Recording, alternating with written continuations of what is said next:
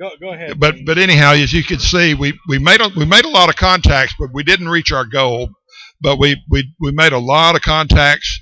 As you can see, one of the big, if you look right here at 12 meters, this was our big surprise. We figured that 17 or 15 meters would be our money band, so to speak, that we would make the most contacts.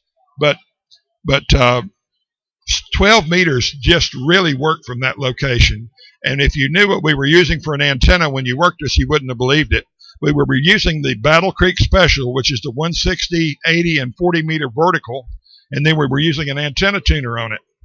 And we were running about 500 watts, and it was amazing how well the 12 meter that worked on 12 meters.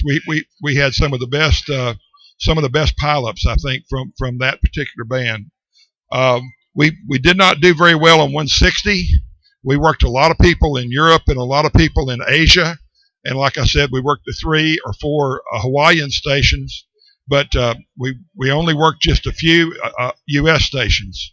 And that one of the reasons was there was a mountain range between us and the 160 antenna, between the United States and the 160 antenna. So But I did want to say one thing, because we had a lot of people that really needed this on 160.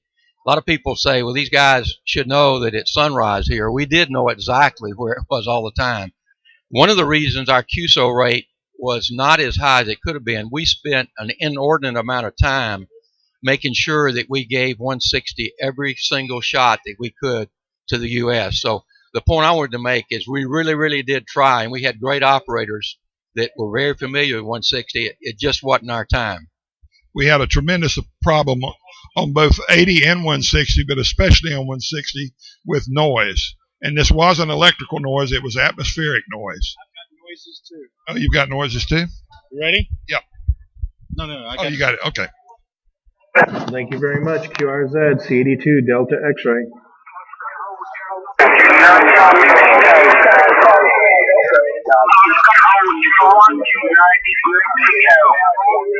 Oscar Hotel 1 again. Hotel 1, United Mexico. Hotel 1, United 69. Again, Oscar Hotel 1 again. Hotel 1, United Mike. Oscar Hotel 1, United Mexico, 59. Roger, you're also 5-9, Oscar Hotel 1, United Mike. You're 5-9, QRZ, CD2, Delta X-ray. That relay was at what, 20 dB? And you'd reach over, before we realized it was a relay sticking on it, we'd reach over, turn up the volume, and all of a sudden pop, and everything would be loud. But that was nasty. That's why I call that the amp from hell. It was almost a hindrance more than a help. And here, if the audio is there, you can see this is a picture of the QR of the noise on. This is the 80 meter noise. The 160 noise was just as bad. That one. All the way in.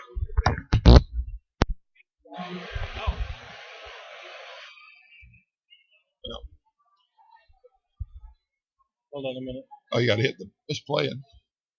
Yeah, but I'm looking for our audio. I haven't tested this side. Come on. We'll play it again. That's full volume. Yeah. I wonder if we had it. I plug it.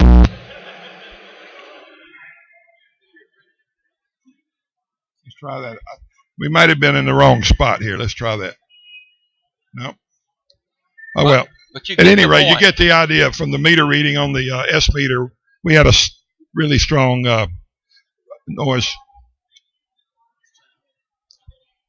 Some people caught pictures of certain people sleeping.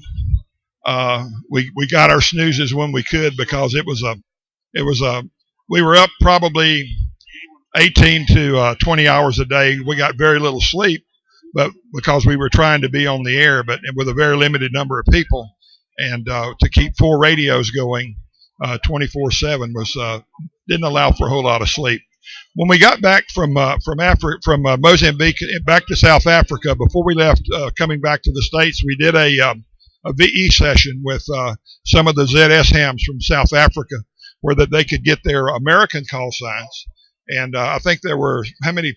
6. I believe there were 5 out of 6 passed their extra. Yeah, 5 out of 6 passed their extra. Everybody passed some type of exam for a U.S. license. And here are some shots of the crew. And that's a really good shot of Don Greenbaum there chugging a Coca-Cola.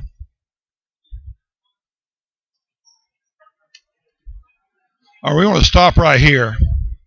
The guy on the right is Tad, WF4W. He's from the Atlanta area. And Tad passed away yesterday. Had a heart attack and passed. He was in surgery or actually having an MRI at the time, and our thoughts and prayers are with his family. But Tad, this was one of the things that was nice. If you're going to pass away, he'd always wanted to go on a DXpedition. He's an outstanding operator, operates a lot of contests, and he just always was thanking the team leaders. Thank you for letting me come on this DXpedition. He had a really, really great time and worked as hard or harder than anybody there physically, too, to do things. Yeah. He's a great guy.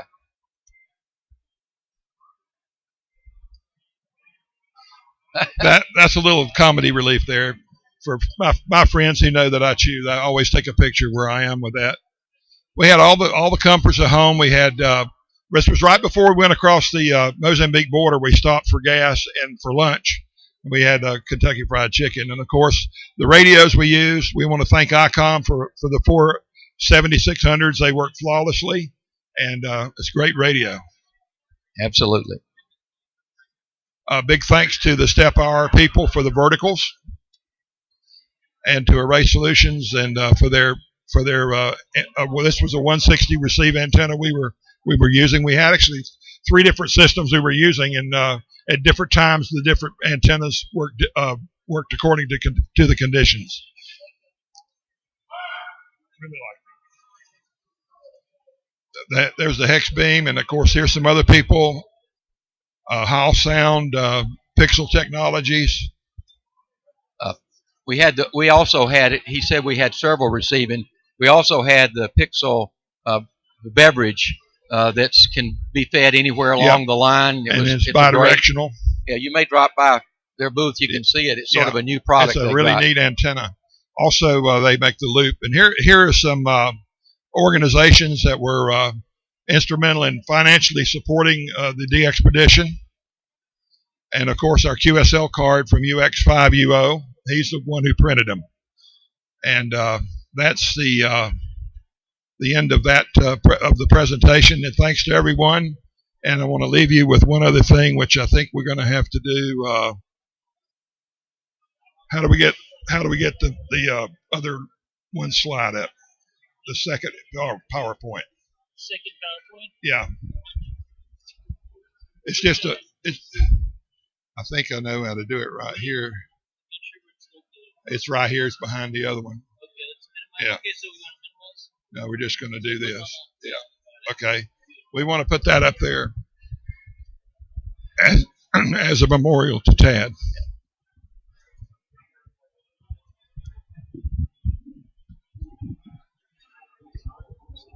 And thank you very much for standing here and watching me stutter.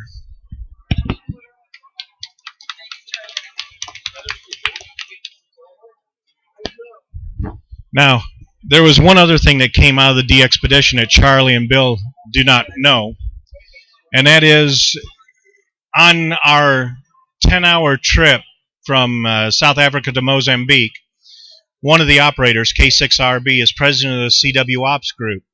And we were talking about Morse code, and I go, I'm wanting to do a Morse code trainer for a smart device. Well, we talked about it, and he told me that CW Ops has a program called CW Trainer.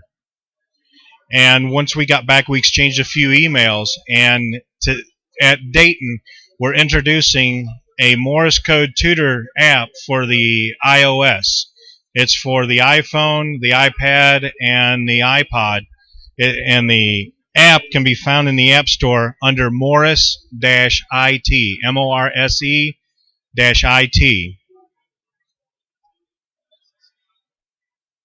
And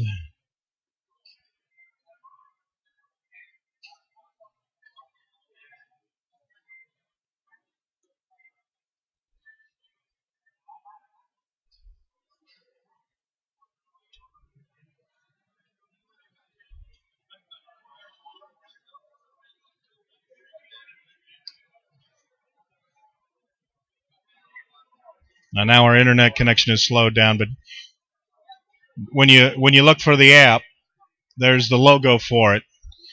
For this weekend, for the introductory, the app is free. It's normally 99 cents. But inside the Morrison app is the CW Ops trainer. And it will, yes sir, that's it. The CW Ops, their program can take you from 0 words per minute to 15 words per minute over 6 weeks. They have a mentor program along with this app. The mentor program is where you've got Elmer's that helps you. Yes, all weekend it's free. Nice ham group that I went there. Yes, it's also got the translator.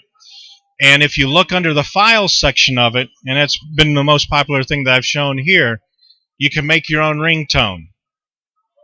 So you can make your ringtone, email it to all your friends, and they can assign it to you. Last night, Charlie called me, and I kept hearing over and over and over again, CQ, CQ, CQ, NF4A. CQ, CQ, CQ, NF4A. And I'm like, why is Charlie calling? Where am I seeing CW? And I looked down at my phone, and it was him calling me. So it definitely is a fun thing to do. So thank you guys. Thank you for inviting me. That's probably the last DXpedition I'm going to be allowed to go on. I mean, Don went and told my wife that Herd Island was coming up and we'd be gone for 3 months. Nah, that didn't go over very well. Thank you.